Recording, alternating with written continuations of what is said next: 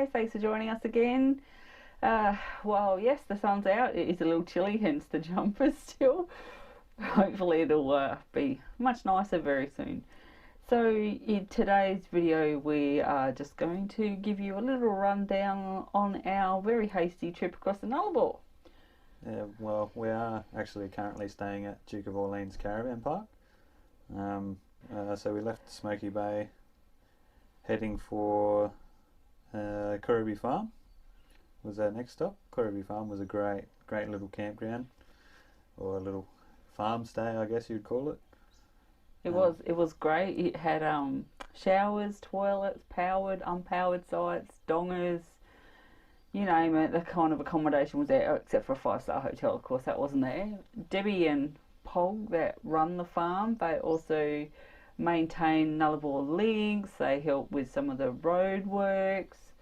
And have a really good bar at the campground. Yeah, they have an awesome bar, camp kitchen. There's actually 2 camp kitchens on the property.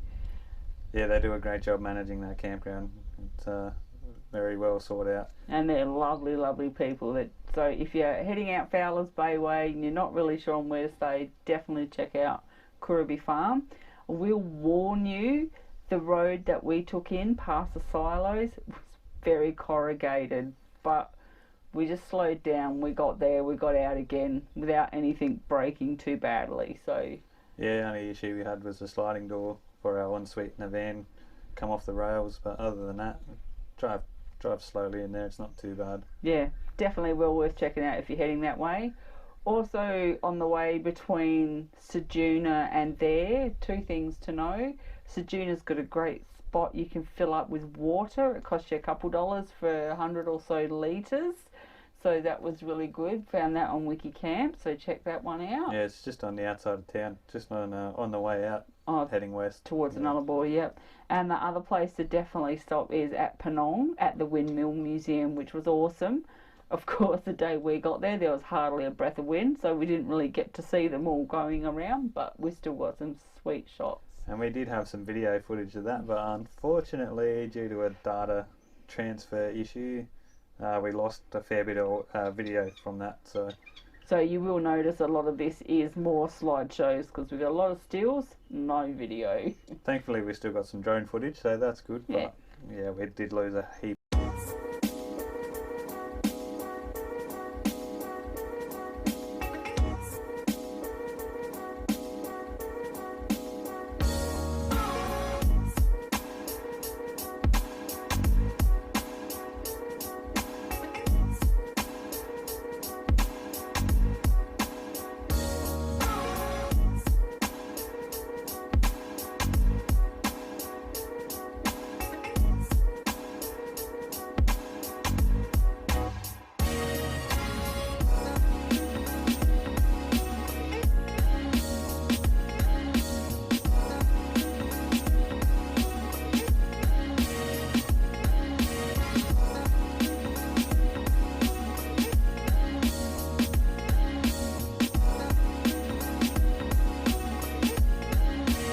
So we had a very enjoyable night at Kurubi Farm with the great hosts Poggy and Deb, and everybody that was staying there basically came into the bar area. There was a nice big fire going, we all had a few drinks, everybody cooked up their own individual feeds and whatnot, but it was a really nice, fun atmosphere. Yeah, the bar tends to bring the best out in people. Yeah, so yeah. A few beers with the other people that were staying there was pretty good. So definitely check that out if you're heading that way.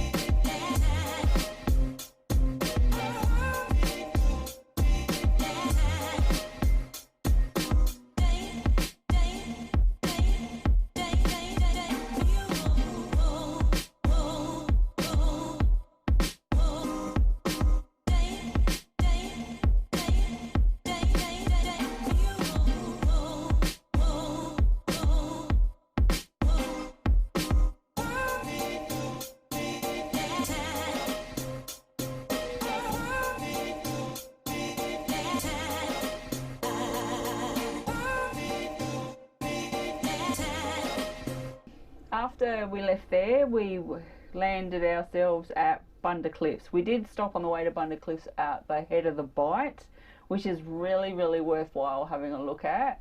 We were a couple of weeks early for whale season. Yeah, I think it's about 14 k's off the main highway to get into Head of the Bight. Yeah, and it was about $12 or something to enter to go in there and have a look. But there was a gift shop, bit of a museum. They did have a skull of a whale in there, which was massive. You have to see it to believe it. And then there's a boardwalk which out over the cliffs and stuff. Yeah, which goes left and right. Yeah, yeah. Gives you, it's a pretty good views. We'll put some photos in anyway. We've got some good photos there. Yeah, so. Definitely. And then after we left there, as I said, we scooted on up and parked up at Bunda Cliffs for the night.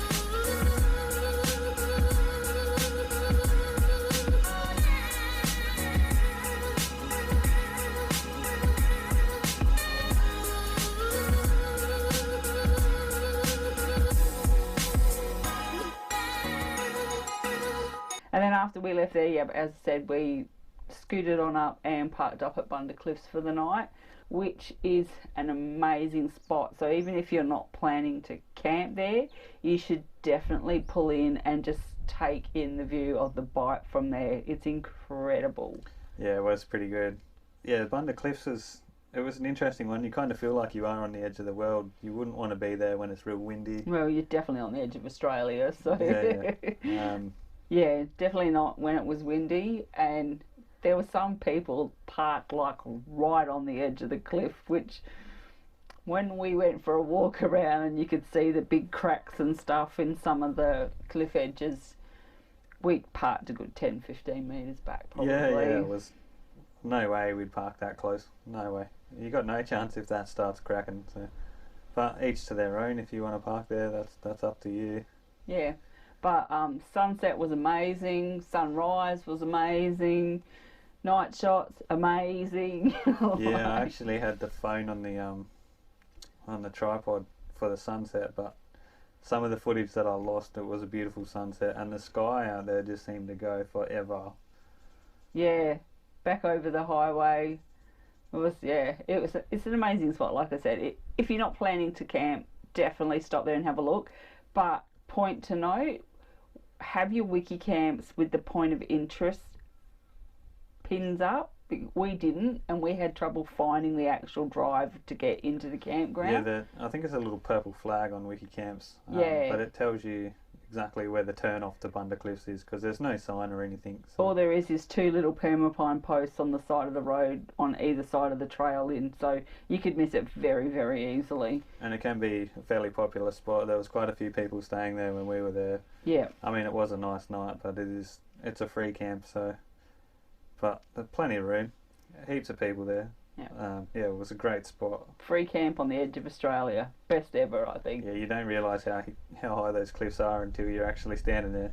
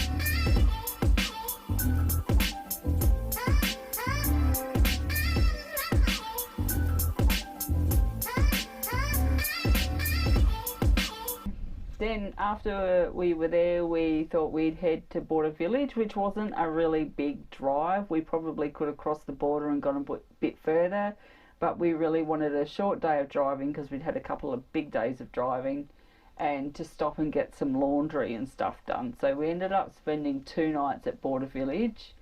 Which we probably didn't need to. We could have got away with one, but... Yeah, there's really not much to do at Border Village. It's dirt. We had power, there's no water, there's plenty of unpowered sites, there's hotel rooms. Again, there's a range of accommodation. But I know the night that we were there, we went in to get something for dinner. So they have a big truck stop it is. So there's a restaurant, takeaway food, shop. And people were coming in trying to get accommodation and they were being turned away because it was fully booked out. Everything was booked out. So yeah, they kind of just have like a power pole here and there where you can hook your power up to your van and you just pull up alongside of it. So they're very limited, and there was quite a few of the power things that weren't working. So yeah, and I think a lot of their rooms were also gone. People just pulling off the highway hoping to stop for the night and had to keep going. yeah, I mean there's some wicked free camps along there anyway, so it's no big deal. But yeah, if you're not towing a van or a swag or something like that, you're not fully set up to be self-contained and camp. You've got a bit of a hike ahead of you. If you are heading from Ceduna to Border Village, make sure you fill up at Ceduna. Make sure it's full, because yeah, we chewed through the fuel between Ceduna and Border Village. I don't know what happened there, but yeah, I think it's about 550 k's or something, but we pretty much chewed through nearly the whole tank. We had 100 k's of fuel left when we got there, so I think it's more the wind and towing the van probably, which is what cost us the fuel. But yeah, definitely a lot of the little roadhouses along the Nullabor, and there are a few, so you shouldn't ever run out of petrol really if you got it all timed right. But the price of petrol is very expensive, and I think Border Village it was really expensive. Yeah, I think Border Village is the most expensive. We paid $1.95 per litre for a diesel. That was costly. Like, we filled the tank, it would cost us over $200 and some. So, but anyway, it is in the middle of nowhere, so you kind of got to expect these things. After Border Village, we crossed the border the next day, which was high excitement for us. We've been dying to get to WA. Yeah, probably 3 years into plan. Yeah, that it was one's probably our focus the whole way. Like, once we left Queensland was WA. So we were so excited. We finally crossed that border. Yeah, don't mind the plane going over the top. And we pushed on that night, and we stopped at a rest area, another free camp called Baxter's Rest Area, which was really not a bad spot. It was just like, they just look like roadside pull-offs, but when you look, there's tracks down the back into the bush, and then there's just little camp spots all over the place. Yeah, WA seems to have a lot of them, especially along that highway. Yeah. It's the first time we'd done that highway, so it was a good spot. It even had a dump toilet. point and there was a toilet there. Yeah. Not a flushing one, obviously, but there was a toilet there. The dump point didn't have water, but it still had a dump point, so you could at least empty if you needed to. Yeah. So we filled up with water at Ceduna anyway, so we had plenty of water. It wasn't too big a concern for us. We did get some footage while we were there on the drone, but we've also got to say the flies were very, very friendly. So it was a quick up with the drone, little scout around, and down and in the van and hiding out for the rest of the day. Yeah. Once the sun went down, it wasn't too bad. The flies sort of cleared out a little bit, but then it got really cold. So it was only an overnight stop for us, and I think most people would do the same thing out there anyway. So, but it was kind of just over halfway from the SA side. So if you're going to Norseman or whatever, you don't have to rush. You can stop at Baxter and then get to Norseman the next day. We should probably mention too, we don't pull those big 6, 7, 8 hour days behind the wheel. We're kind of like 4 hours and we're looking to pull over. We might go 6 tops, but we don't do great big days of driving. We never try to drive too far if we don't have to. Yeah.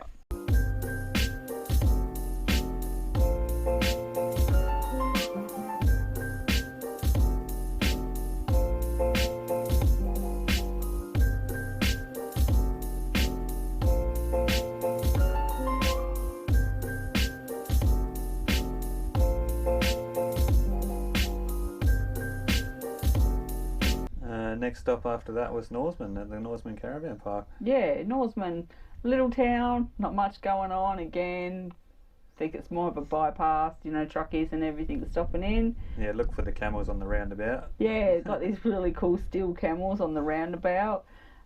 We went to have a look at the shops. Big IGA, quite a lot in there. Don't expect a lot in the way of fresh fruit and veg. There was a bit, but not heaps. There is a dump point in town too if you need one. Dump point. Caravan park was nice, lots of space. but we didn't really do much there. It was just an overnight stop for us. Yeah, on the way to Cow. Next stop after that was Kalgoorlie, which we'll cover that in our next video. Unfortunately we didn't really get to keep all our video from crossing the Nullabor. We kind of lost a fair bit. But. And as most of you know, Cow is basically home for us now for the next little bit while we work and top up our budget again before we head off again.